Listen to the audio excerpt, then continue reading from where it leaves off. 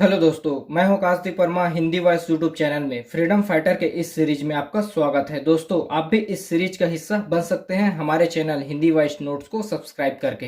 दोस्तों, आज के इस वीडियो में हम लोग नेताजी सुभाष चंद्र बोस के बारे में पढ़ेंगे। तो चलिए वीडियो स्टार्ट करते हैं। सबसे पहले देखते हैं सुभाष चंद्र बोस का सामान्य परिचय। देखिए, उनकी माता का नाम था प्रभावती और उनके पिता का नाम था जानकीनाथ बोस। पेशे से वह एक वकील थे और असहयोग आंदोलन के दौरान उनके पिता जानकीनाथ बोस ने राय बहादुर की उपाधि का त्याग किया था।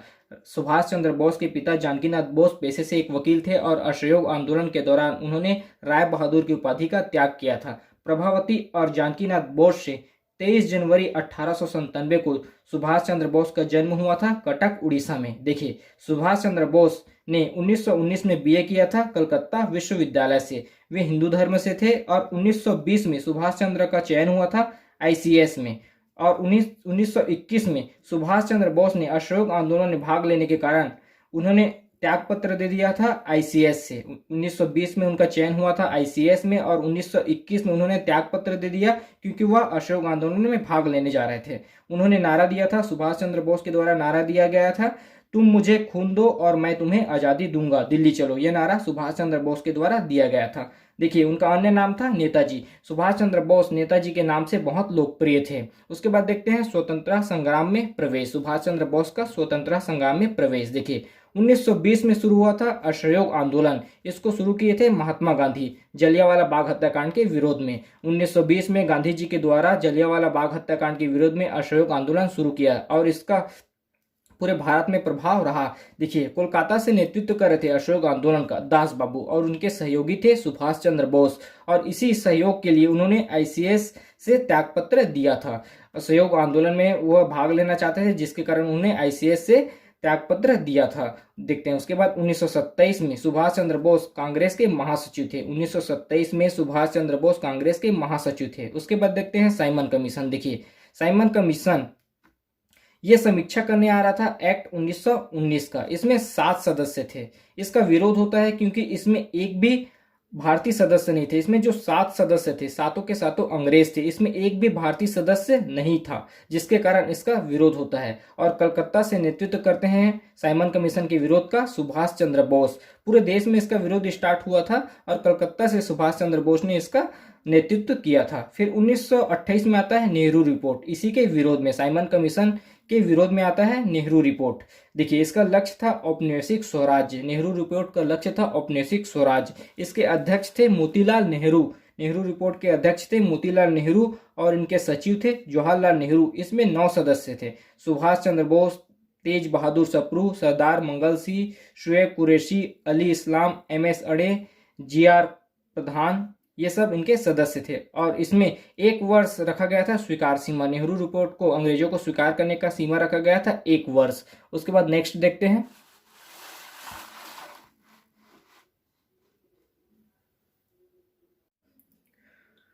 कांग्रेस का हरिपुर अधिवेशन। देखिए, यह अधिवेशन हुआ था फरवरी 1938 को।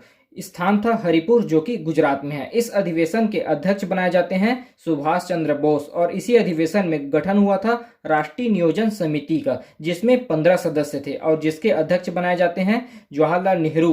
कांग्रेस के हरिपुर अधिवेशन जो फरवरी 1938 में हुआ था, जिसके अध्यक्ष सुभाष चंद्र बोस थे और इसी अधिवेशन में गठन हुआ था राष्ट्रीय नियोजन समिति का, जिसमें 15 सदस्य थे और जिसके अध्यक्ष बनाए जाते हैं जवाहरलाल नेहरू। इस अधिवेशन की विशेष बात यह थी कि राष्ट्रीय शिक्षा तथा बुनियादी राष्ट्रीय शिक्षा हेतु अखिल बोर्ड का नियुक्ति किया गया था और भारत की स्वतंत्रता संग्राम में रजवाड़ों को भी शामिल किया गया था। इसी अधिवेशन में भारत की स्वतंत्रता संग्राम में रजवाड़ों को भी शामिल किया गया था। उसके बाद देखते हैं कांग्रेस का त्रिपुरी अधिवेशन। देखिए, यह अधिवेशन हुआ था 1939 में। स्थान था त्रिपुरी, जो कि मध्य प्रदेश में है। देखिए, इस अधिवेशन में अध्यक्ष पद के लिए सुभाष चंद्र बोस का नाम चुना जाता है, लेकिन इसका विरोध करते हैं गांधी जी कि सुभाष चंद्र बोस अध्यक्ष नहीं बनेंगे, जिसके बाद अध्यक्ष पद के लिए चुनाव होता है। देखिए, अध्यक्ष पद के लिए नाम सुभाष चंद्र बोस का आता है, लेकिन गांधी जी इसका विरोध करते हैं और विरोध के बाद अध्यक्ष पद के लिए चुनाव होता है। कांग्रेस के त्रिपुरी अधिवेशन जो कि 1939 में हुआ था, इसमें अध्यक्ष पद के लिए चुनाव होता है, जिसमें गांधी जी खुद खड़ा ना होकर अपने एक प्रत्याशी पट्टाभी सीतारमैया को खड़ा करते हैं। तो चुनाव होता है सुभाष चंद्र बोस वर्सेस पट्टाभी सीतारमैया, जिसमें 1580 वोट सुभाष चंद्र बोस को मिलते हैं और गांधी जी के प्रत्याशी पट्टाभी सीतारमैया को 1377 वोट मिलते हैं। और इसी के बाद गांधी जी कहते हैं कि यह हार पट्टाभी सीतारमैया की हार नहीं है, मेरी हार है। कांग्रेस के त्रिपुरी अधिवेशन जो कि 1939 में हुआ था, त्रिपुरी में अध्यक्ष पद के लिए सुभाष चंद्र बोस का नाम चुना जाता है, लेकिन इसका विरोध गांधी जी करते हैं, जिसके बाद अध्यक्ष पद के लिए वहां पर चुनाव होता है,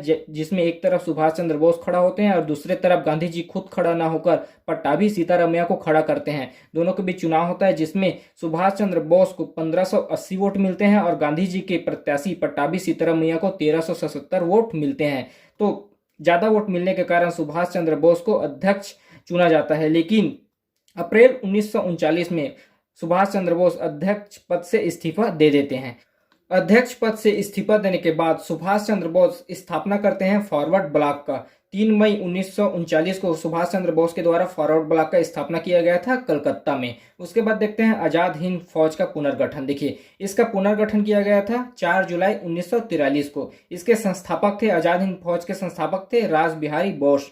देखिए, इसका सर्वोच्च सेनापति था, आजाद हिंद फौज का सर्वोच्च सेनापति था सुभाष चंद्र बोस, और उन्होंने नारा दिया था, तुम मुझे खून दो और मैं तुम्हें आजादी दूंगा। उसके बाद देखते हैं आजाद हिंद सरकार। देखिए, इसका स्थापना हुआ था 21 अक्टूबर 1943 को। स्थान था मलाया, संस्थापक थे सुभाष चंद्र बोस। यह एक अस्थायी सरकार था। उसके बाद देखते हैं सुभाष चंद्र बोस की मृत्यु। देखिए, 18 अगस्त 1945 को विमान दुर्घटना स्थल था ताइहोकू, ताइवान।